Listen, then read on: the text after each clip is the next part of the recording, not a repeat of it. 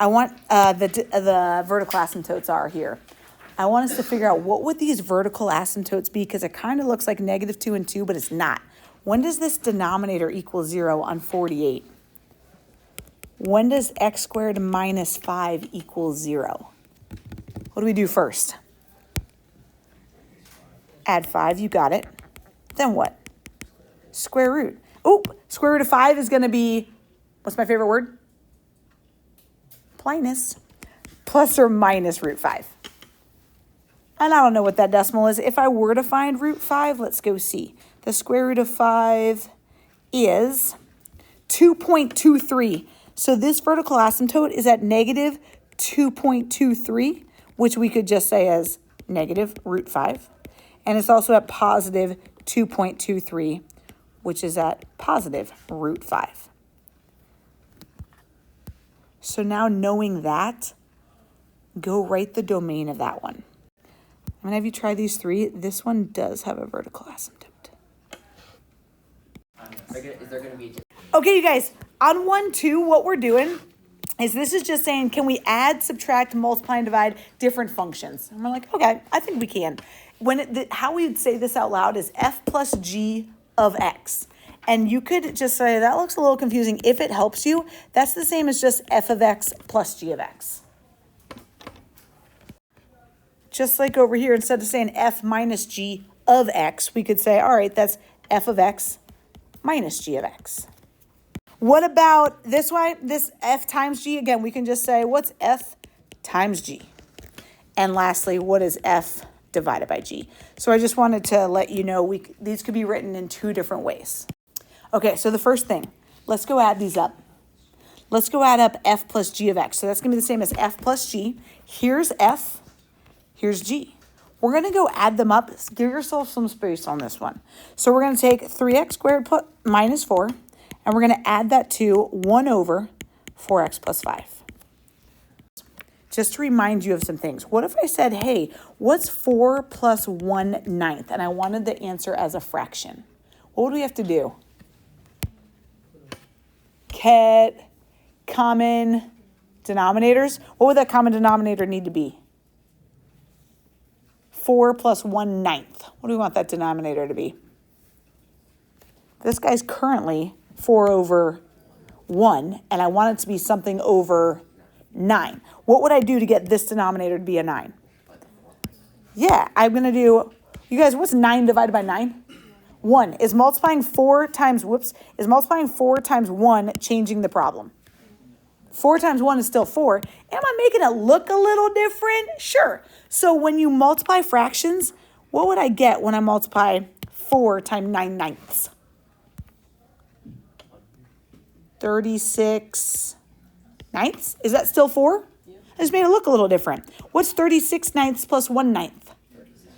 Okay, so we know how to do this. Let's go apply that to something a little bigger. We can do this though. Look what we did. We said, okay, we just multiplied this guy by that guy's denominator because anything over itself is just 1. And when I multiply something times 1, I'm not really changing it. So I'm going to say this 3x squared minus 4 is really over 1. And what do we need to multiply that by? 4x plus 5. Let's do it. 4x plus 5. And I've got to do 4x plus 5 over 4x plus 5 because that makes it 1.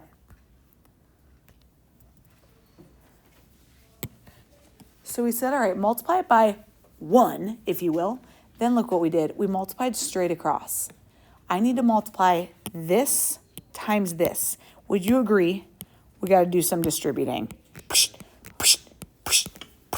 Kind of annoying. Let's do it together, guys. What's 4x times 3x squared?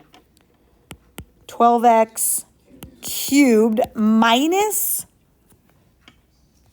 16x, thank you guys so much, plus 15x squared minus 20. Good job, you guys, all over. Look what this denominator was here. 9 times 1 was 9. What's this denominator going to be here? 4x plus 5 times 1. 4x plus 5. Y'all are great. 4x plus 5. And we've got to add that to 1 over 4x plus 5.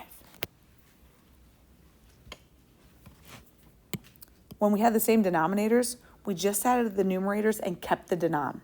Is there anything in these numerators that we can add together? Negative 20 plus 1. And nothing else has a common term, right? So let's go rewrite this in descending order. So we got a 12x cubed. What goes next then if I want to go descending? Thanks. Plus 15x squared minus 16x. What are we going to end with? Negative 20 plus 1 would be negative 19 minus 19. Perfect. What's my denom going to be? Don't forget, we said 36 ninths plus 1 ninth is 37 ninths. Yes, guys. Okay, we did it. We did it. Now, there's one last thing. All is good. You're saying this. You're saying back this up. This guy, this plus that got me that. We have one problem. What happens when I take any number and I try to divide by 0? We can't do it. This is overflow error. Hilarious. I think yours might say syntax error. Divide by 0. That's what your calculator says. Good. We can't divide by 0. So here's what we got to do. This is something a little new for pre-calc. We got to say, hey, this is the answer. And it's going to work, except we got to figure out something what an excluded value is. And an excluded value is just when does the denominator equal 0? So just kind of jot that to the side maybe. When would the denominator equal 0? When does 4x plus 5 equal 0? First, we're going to subtract our 5. We divide by our 4.